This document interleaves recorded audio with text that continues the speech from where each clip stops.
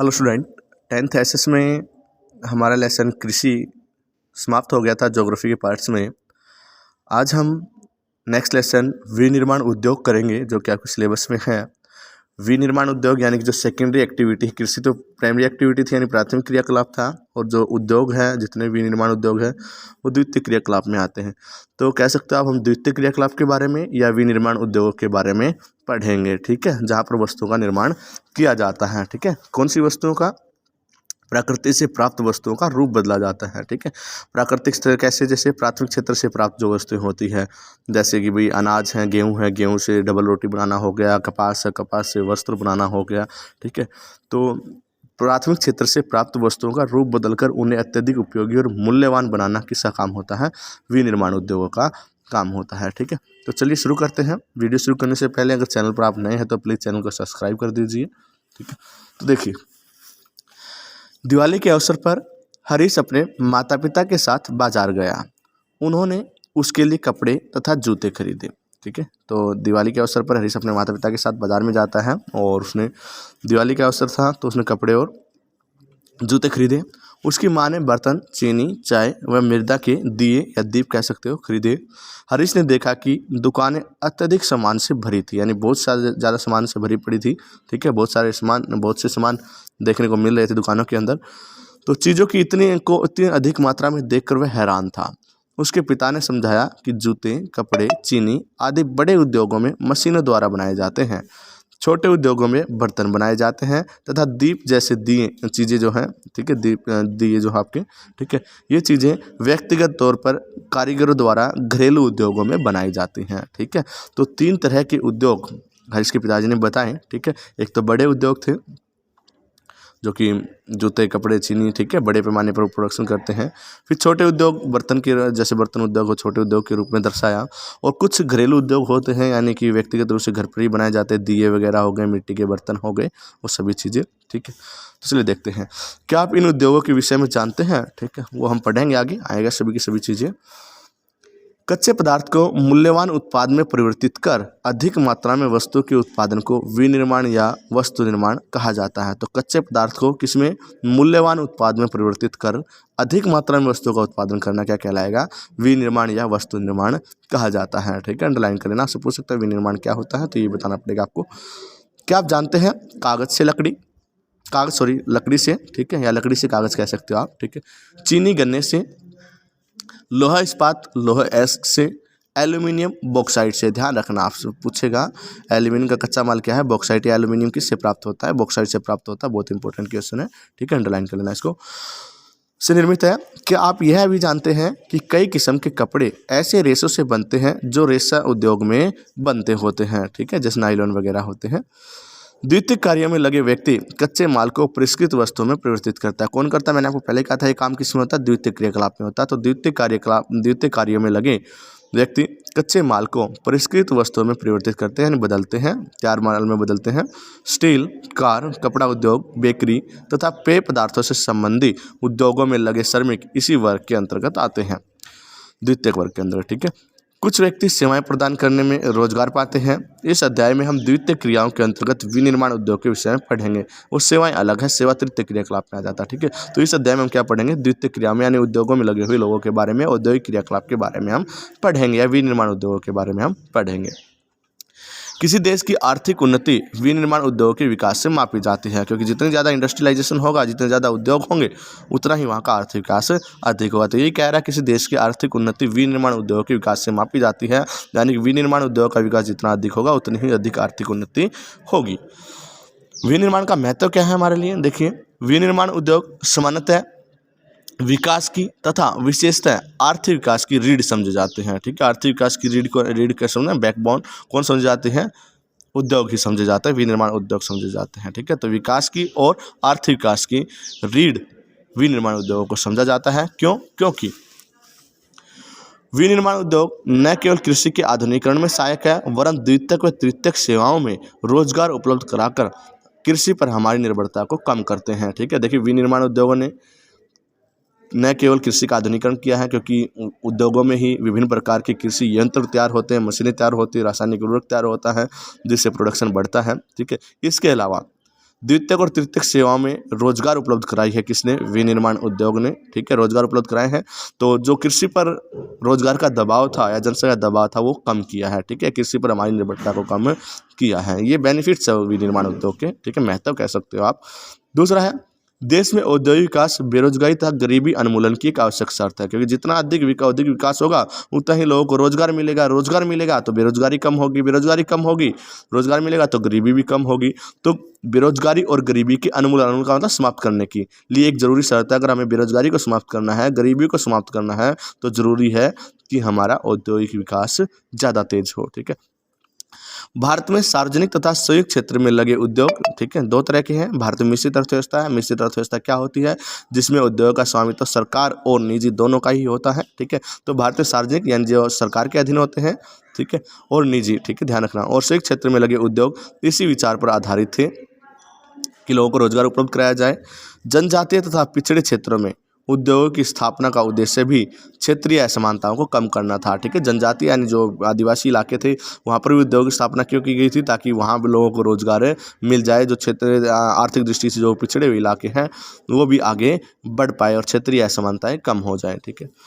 तीसरा है, निर्मित वस्तुओं का निर्यात वाणिज्य व्यापार को बढ़ाता है, ठीक है। जितना हम वस्तु को बनाएंगे, ठीक है, प्रोडक्शन जितना अधिक होगा उतना ही हमारा निर्यात होगा, हम दूसरे देशों को बेचेंगे, व्यापार बढ़ेगा, व्यापार बढ़ेगा तो विदेशी मुद्रा हमें प्राप्त होगी, विदेशी आय हमें प्राप्त होगी। तो ये कह रहा है जिससे अपेक्षित विदेशी मुद्रा की प्राप्ति होती है, ठीक है, देश की आय बढ़ती है, राष्ट्रीय आय हमारी फिर बढ़ती है।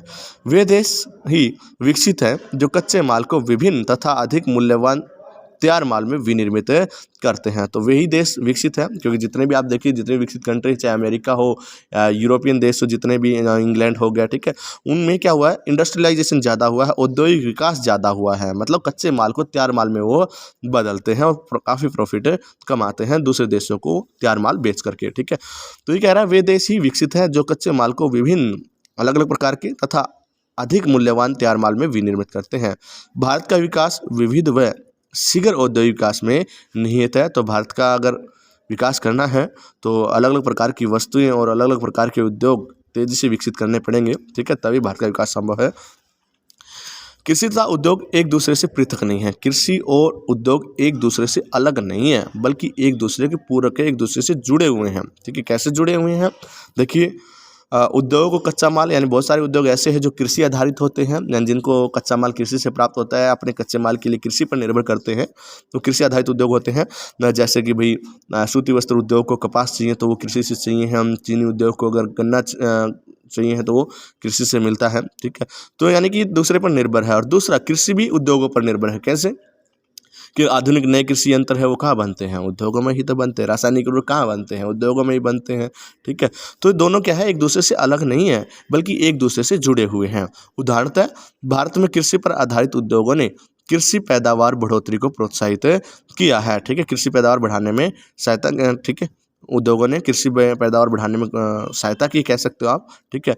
ये उद्योग कच्चे माल के लिए कृषि पर निर्भर है, यानी बहुत से उद्योग ऐसे हैं जो कृषि प्रोडक्ट को अपना कच्चे माल के रूप में प्रयोग करते हैं, कृषि उत्पाद को अपने उद्योगों में कच्चे माल के रूप में इस्तेमाल करते हैं। इसलिए उन्होंने क्या किया है कि कृषि के इन उत्पादों को बढ़ाने की कोशिश की है, ठीक है, या प्रोत्साहित किया बढ़ोतरी की तरफ। तो ये उद्योग कच्चे माल के रूप में कृषि पर निर्भर है, क्योंकि कृषि से प्राप्त होता है उनको कच्चा माल, तथा इनके द्वारा निर्मित उत्पाद जैसे सिंचाई के पंप हो गए, उर्वरक हो गए, कीटनाशक दवाई हो गई, प्लास्टिक पाइप हो गई, मशीनें, कृषि औजार, इन पर कौन निर्भर है? इन पर किसान निर्भर है, आदि पर किसान निर्भर है, ठीक है।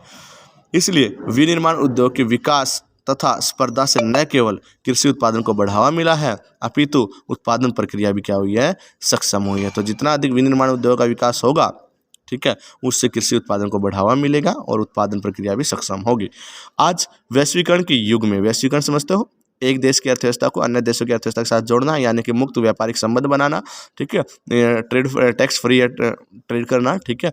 तो एक देश के बाज़ार को दूसरे देशों के बाज़ार के साथ जोड़ना। तो एक देश का बाज़ार दूसरे से जुड़ेगा तो कंपटीशन ज़्यादा होता है। क्यों? क्योंकि उसी देश की वस्तुएं बिक पाएगी, इंटरनेशनल मार्केट में वही वस्तुएं रुक पाएगी जो जिनकी लागत कम हो, ठीक है, लागत का मतलब जो क्वालिटी में अच्छी हो और मूल्य है क्या उसका कम हो, ठीक है।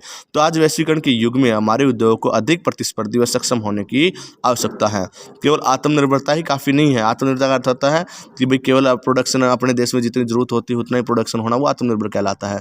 देखिए, आत्मनिर्भर होने की ही ज़रूरत नहीं, बल्कि हमें एक्स्ट्रा भी करना पड़ेगा ताकि हम दूसरे देशों को निर्यात करके, ठीक है, और काफ़ी विदेशी मुद्रा अर्जित कर सकें, ठीक है, और अंतर्राष्ट्रीय स्तर की गुणवत्तापूर्वक चीज़ें हम तैयार कर सकें। केवल आत्मनिर्भरता ही काफ़ी नहीं है, हमारी वस्तु गुणवत्ता में अंतर्राष्ट्रीय स्तर की भी होनी चाहिए ताकि हम अंतर्राष्ट्रीय बाजार में प्रतिस्पर्धा कर पाएंगे, ठीक है। तो ये तो था विशेषताएं। विनिर्माण उद्योग की क्या क्या विशेषताएं होती है, विनिर्माण उद्योग होते क्या है, ये हमने जाना इसके बारे में।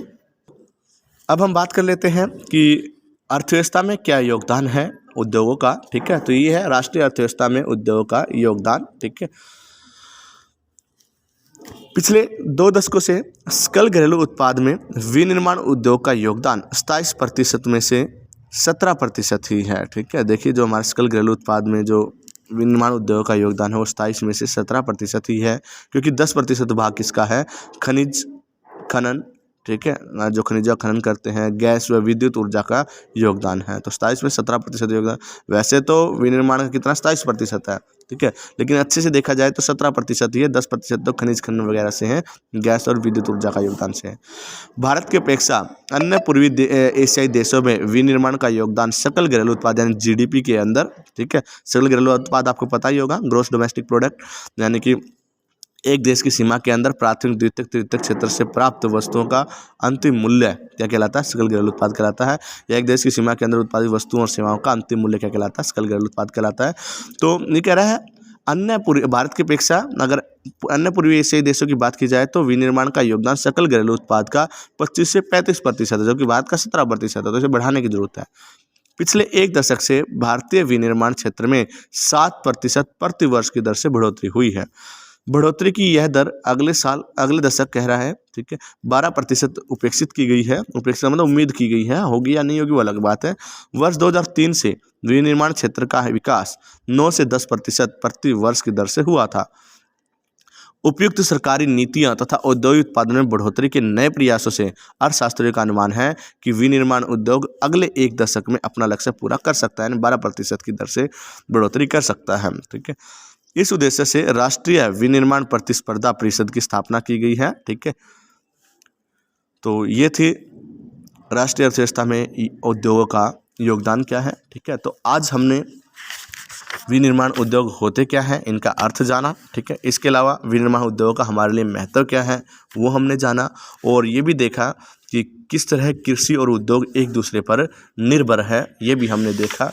और राष्ट्रीय अर्थव्यवस्था में उद्योगों का क्या योगदान है इस पर भी हमने थोड़ी चर्चा की। तो आज के लिए इतना ही, ठीक है। बाकी हम करेंगे, अगला टॉपिक रहेगा हमारा उद्योग की अवस्थिति या स्थिति, ठीक है, या उद्योग स्थापित करने के लिए किन किन कारकों की आवश्यकता होती है, ठीक है, ये हम करेंगे नेक्स्ट वीडियो में। तो आज के लिए इतना ही। वीडियो अगर अच्छी लगी हो तो लाइक कमेंट जरूर करें और चैनल को सब्सक्राइब कर दें और दूसरे दोस्तों के पास भी शेयर करें। ये NCERT का पार्ट्स है, NCERT की बुक से ही GK बहुत ज़्यादा निकलती होती है, ठीक है। तो आज के लिए इतना ही।